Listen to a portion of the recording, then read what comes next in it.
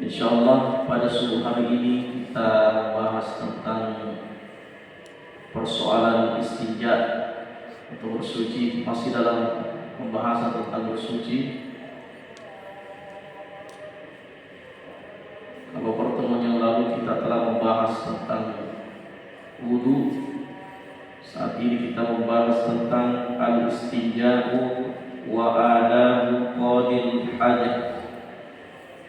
Istinja ya, atau adat-adat orang yang sedang membuang hajat. Al-istinja'u huwa tawziqu makhrajil bawli wal gha'iti imma asabahu minan najasati bil ma'i atau bima yaqumu maqam. Yang dimaksud istinja adalah huwa tadhifu makhrajil baul, membersihkan tempat keluarnya air kencing atau kotoran najis mimma asabahu minan najasati bil ma', yang mengenainya dengan air, atau bima yaqumu maqamahu, atau dengan benda lain yang dapat menggantikan. Jadi maksudnya istinja ini membersihkan tempat keluarnya najis dengan menggunakan air, atau bisa menggunakan batu atau sejenis yang bisa menghilangkan zatnya najis itu.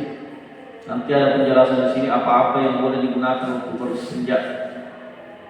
Persoalan istinja ini sangat penting karena jadi dalam sebuah hadis Rasulullah sallallahu alaihi wasallam, marran Nabi sallallahu alaihi wasallam bainal qabran. Rasulullah sallallahu alaihi wasallam pernah melewati dua kuburan. Ya, pada saat Nabi melewati kuburan, kemudian untanya Nabi singgah, sehingga para sahabat bertanya, mengapa engkau singgah ya Rasul? Kata Rasulullah sallallahu alaihi wasallam, sami'tu ayyu'adzibani, saya mendengarkan dua orang yang disiksa di dalam kuburnya. Jadi dua kuburan itu, yang pertama Nabi dengar, dan yang kedua juga disiksa. Nabi dengar. Kata Nabi sallallahu alaihi wasallam, wahai sahabat,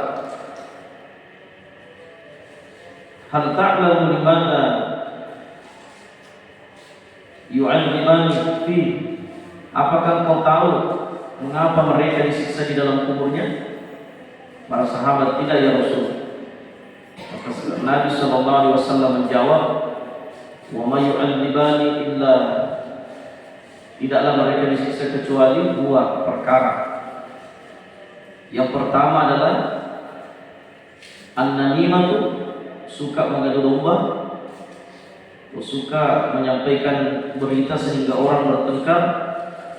Yang kedua adalah la yastatir minal baul, tidak bersih caranya setelah buang air kecil atau air besar. Jadi ternyata penyebab utama, salah satu penyebab utama disiksa orang di dalam kubur gara-gara tidak bersih caranya ketika sudah buang air kecil, sudah buang air besar. Dan timbul pertanyaan, kenapa bukan masalah sholat yang disiksa? Ya, karena sholat itu urusan kedua. Nah, biar bagus bagaimana sholatnya orang, kalau istinjanya yang tidak benar, tidak bisa juga diterima sholat. Meskipun kita khusyuk, sholat 5 waktu terjaga, sholat terjaga, tapi istinjanya yang tidak benar, maka tidak ada gunanya sholat itu, batal. Oleh sebab itu istinja ini akarnya, akar dasar ibarat bangunan, pondasinya yang harus kita kasih kuat. Kalau ini yang tidak kuat, nah ini yang jadi masalah. Banyak wudu yang tidak sah, otomatis kalau wudu tidak sah, sholat juga tidak sah.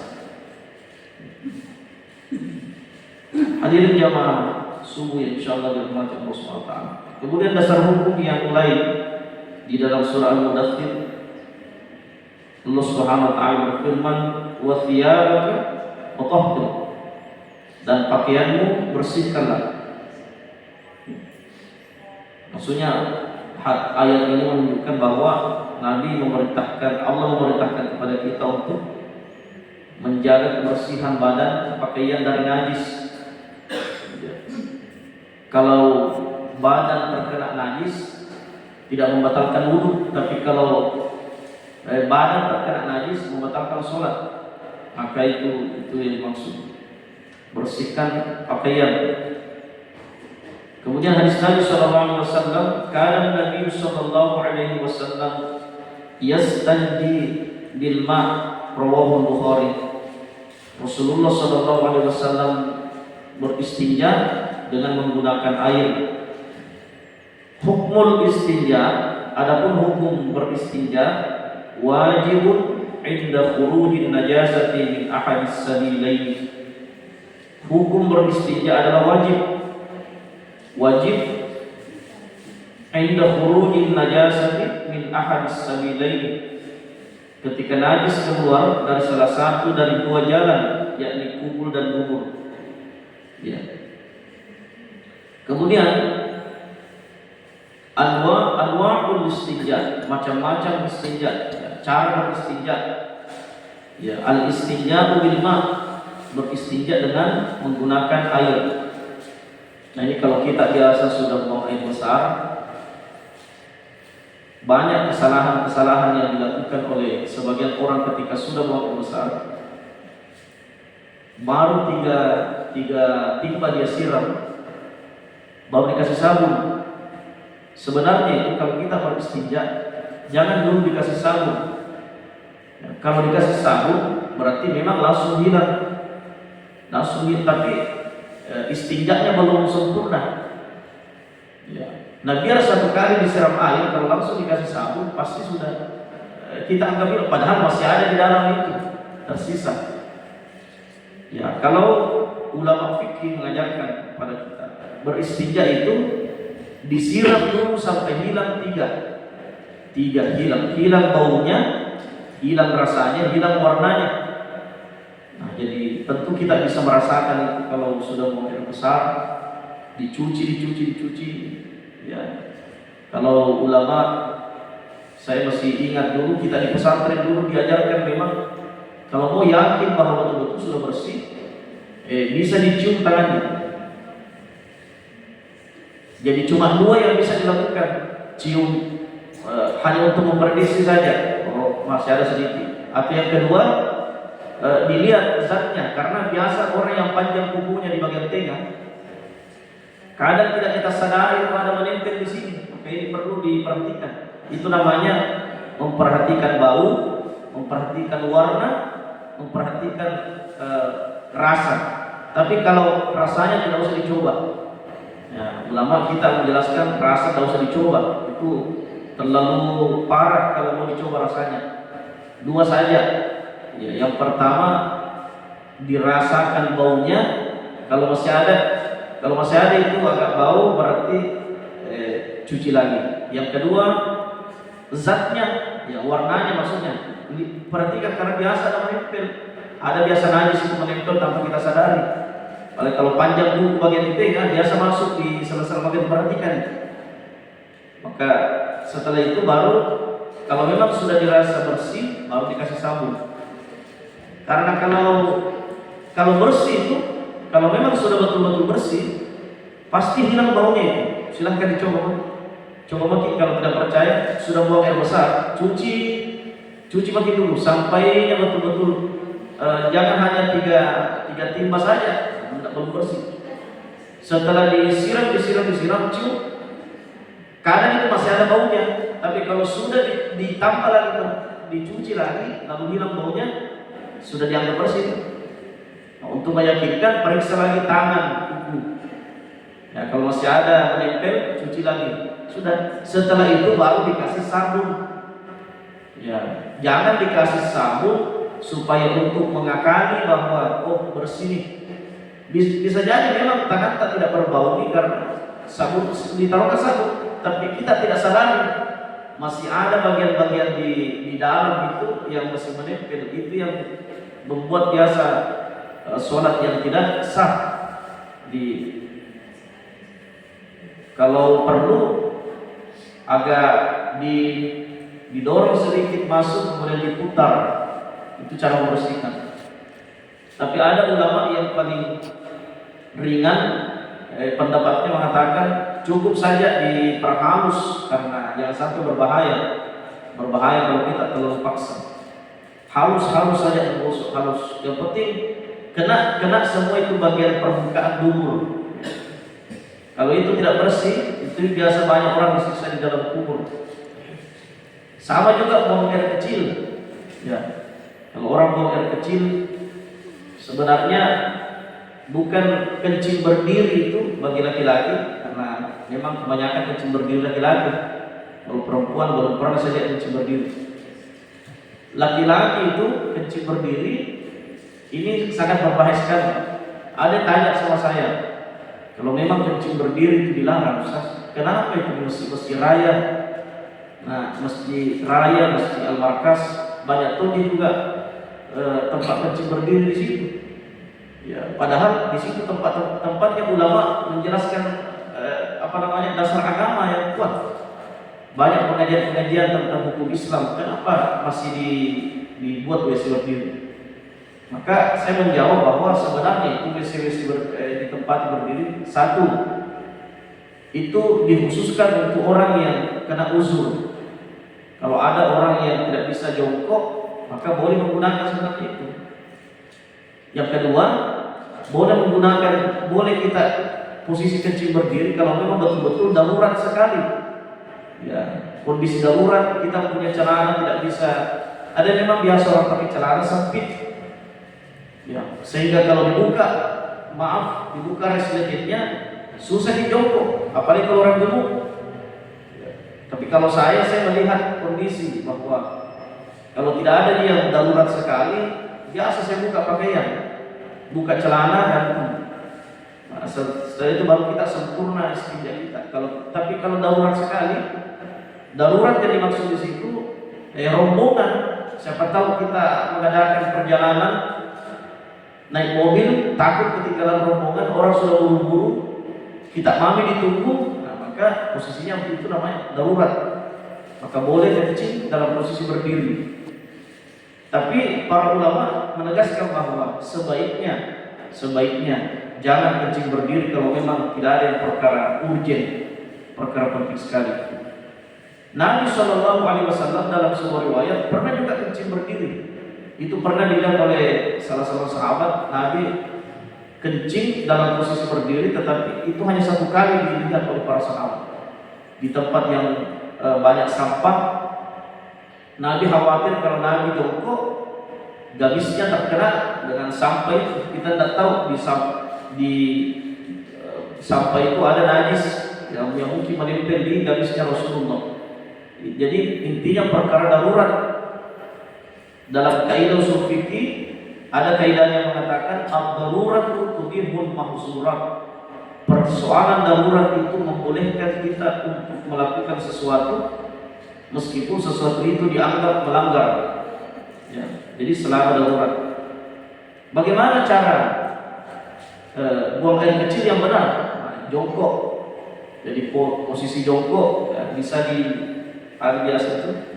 Kalau cara jongkok itu sebenarnya ini tidak salah, cuma kurang tepat. Ya, kalau jongkok ini. Tapi kalau jongkok yang tepat itu ya diangkat yang sebelah kanan. Sebelah kanan, kemudian sudah itu ganti lagi.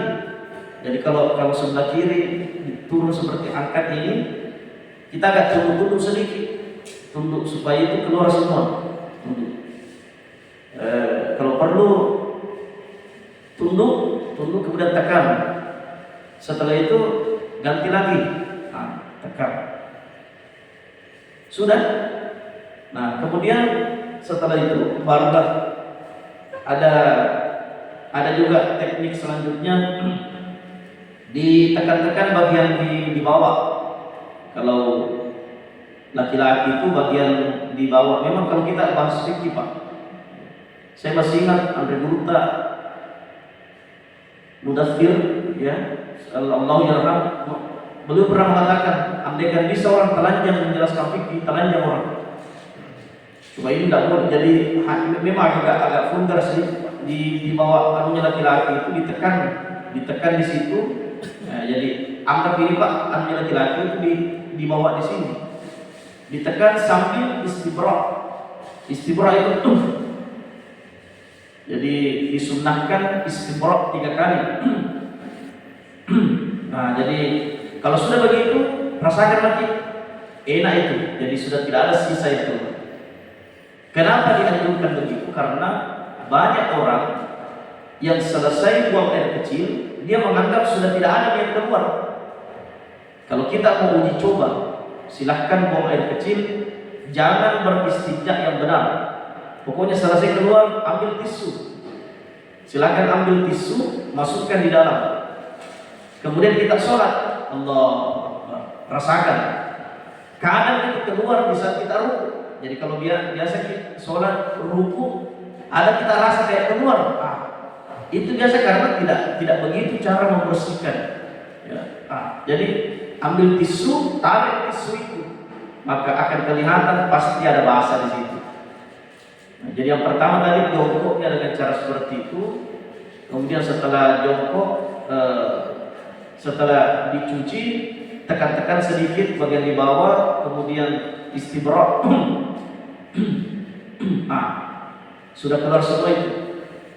Apakah boleh juga dilakukan dengan cara yang lain, Ustaz?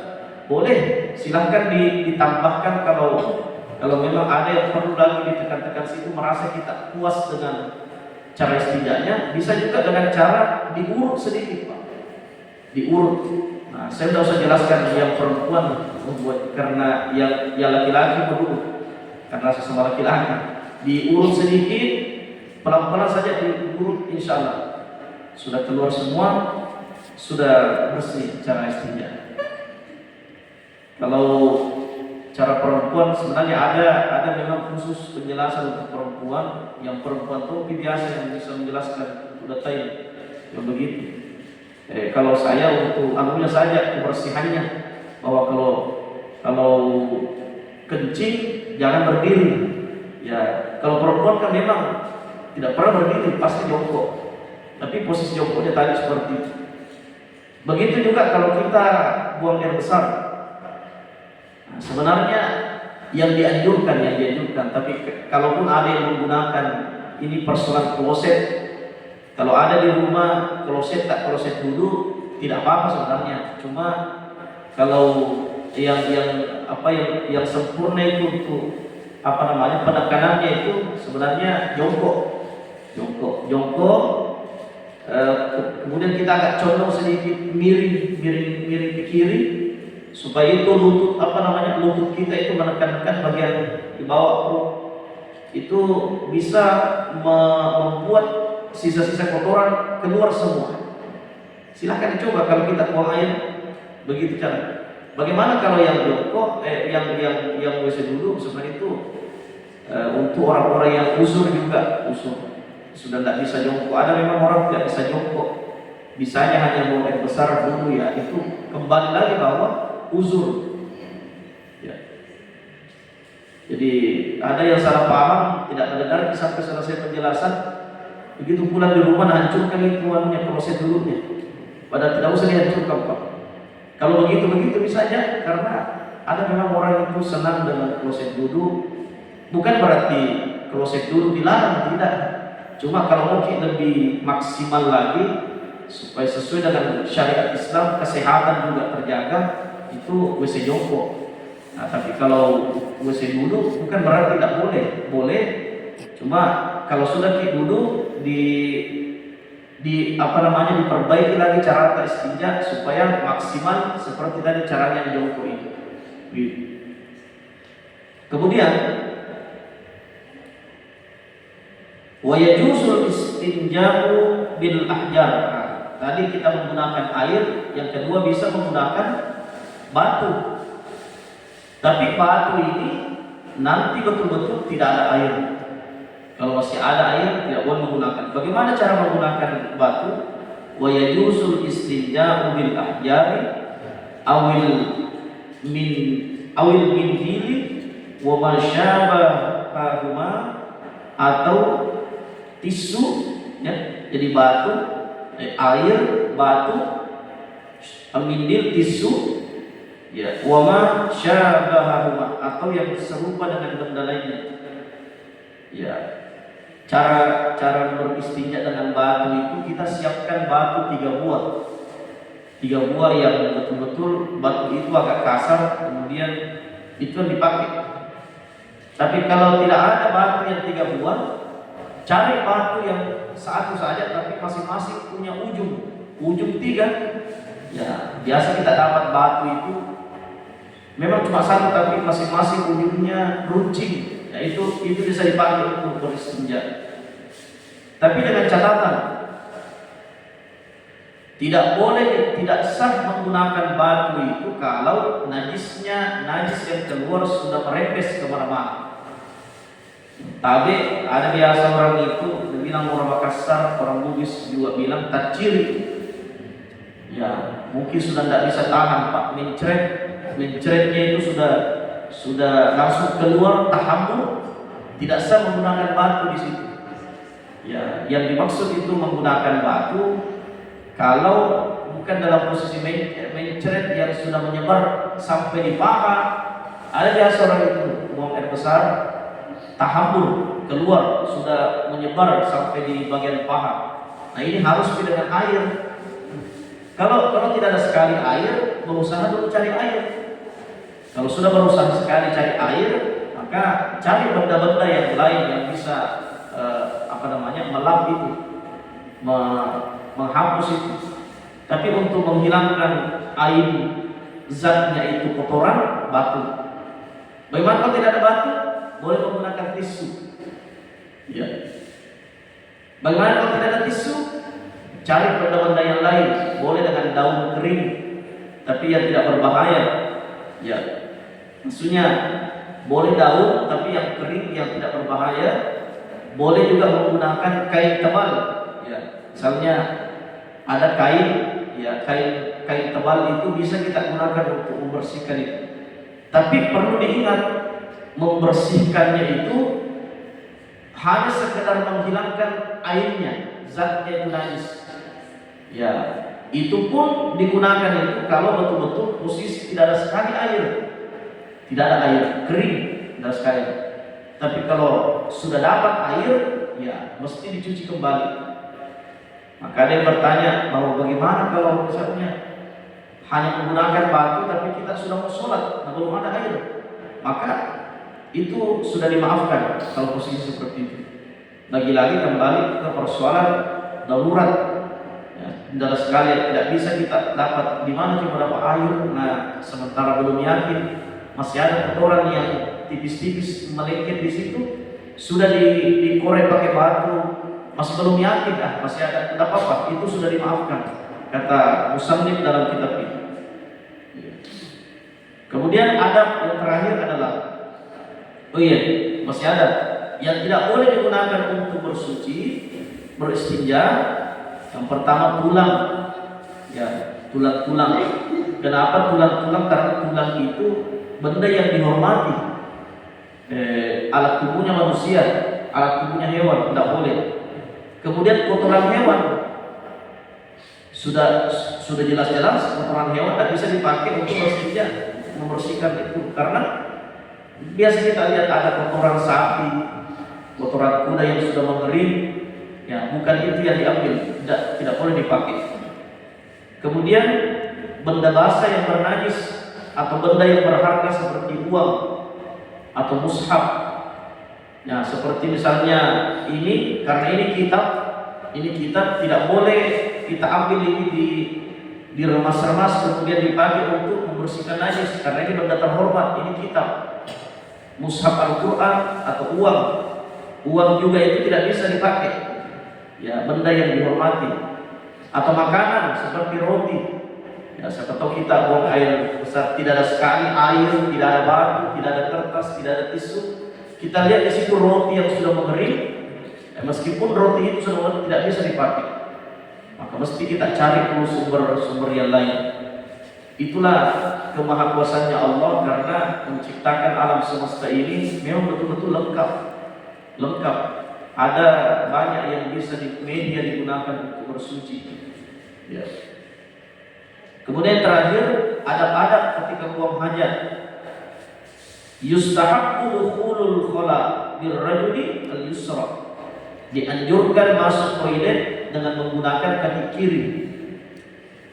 Kemudian membaca doa, Allahumma inni a'udzubika minal khubuthi wal khaba'ith.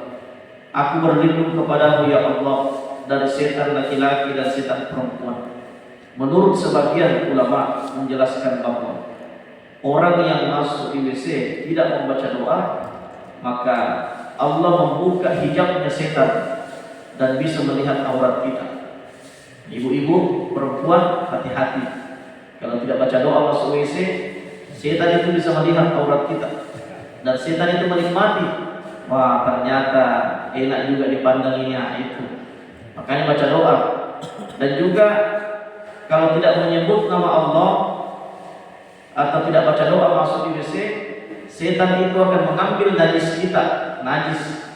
Kemudian dia usap-usap, digosok-gosokkan di badan kita. Makanya itu Nabi mengajarkan baca doa Allahumma inni a'udzubika minal khubuthi wal khaba'ith. Berlindung kepada aku, berlindung kepada ya Allah dari setan laki-laki dan setan perempuan. Kenapa dua disebut laki-laki perempuan? Karena laki-laki juga ada setannya. Ya, setan perempuan yang lihat Pak. Jadi setan perempuan yang lihat itu bilang, wah ini luar biasa ini. Nah, kalau yang perempuan setan laki-laki. Nah, ini yang dia diajarkan Nabi. Kemudian jangan membawa benda-benda yang terhormat ya masuk di dalam WC kecuali terpaksa. Contoh HP. Karena banyak biasa orang masuk di WC supaya tidak jenuh, tidak bosan di dalam bawa HP. Ya, apalagi sampai membaca artikel-artikel yang berhubungan dengan agama. Kecuali memang dalam kondisi terpaksa sekali, ya barulah kita bisa membawa. Misalnya ada nanti telepon yang ditunggu, kalau kita tidak bawa HP ke WC, nanti kita ketinggalan telepon itu, maka boleh dibawa, tapi simpan di tempat yang aman. Itu juga kalau kita masuk di WC buang hajat, disunnahkan menutup kepala. Itu disunnahkan, bukan dianjurkan. Jadi kalau ada orang buang air besar selalu menutup kepalanya, insya Allah otaknya itu akan mudah menangkap sesuatu, cerdas, tidak mudah stres. Ya itu diajarkan oleh ulama. Tapi disunnahkan, bukan diwajibkan. Itu makanya ibu-ibu, bapak-bapak diajarkan anaknya atau cucunya kalau buang air besar, usahakan tutup kepalanya. Boleh menggunakan handuk, asal jangan songkok. Boleh handuk, boleh topi-topi atau apapun itu disimpan di atas kepala supaya terhindar dari lambat berpikir, lambat loading, terhindar dari stres yang berkepanjangan, disimpan di atas kepala. Kemudian setelah itu, nahan Nabi sallallahu alaihi wasallam al-istiqbal qiblat 'inda al-ghaib wal bawl. Nabi melarang menghadap kiblat saat buang air besar. Kemudian yang terakhir, wa yukrahu takallum bil khala. Tidak boleh berbicara pada saat membuang hajat. Ya, kecuali dalam posisi penting sekali baru kita dibolehkan untuk berbicara. Inilah yang berkaitan tentang persoalan istinja. Mudah-mudahan ada manfaatnya. Insyaallah pertemuan berikutnya kita membahas tentang faraidul ghusl. Wajib fardu mandi. Kita masuk pada mandi wajib dan sebagainya. Sampai di sini Bapak Ibu ada yang bertanya?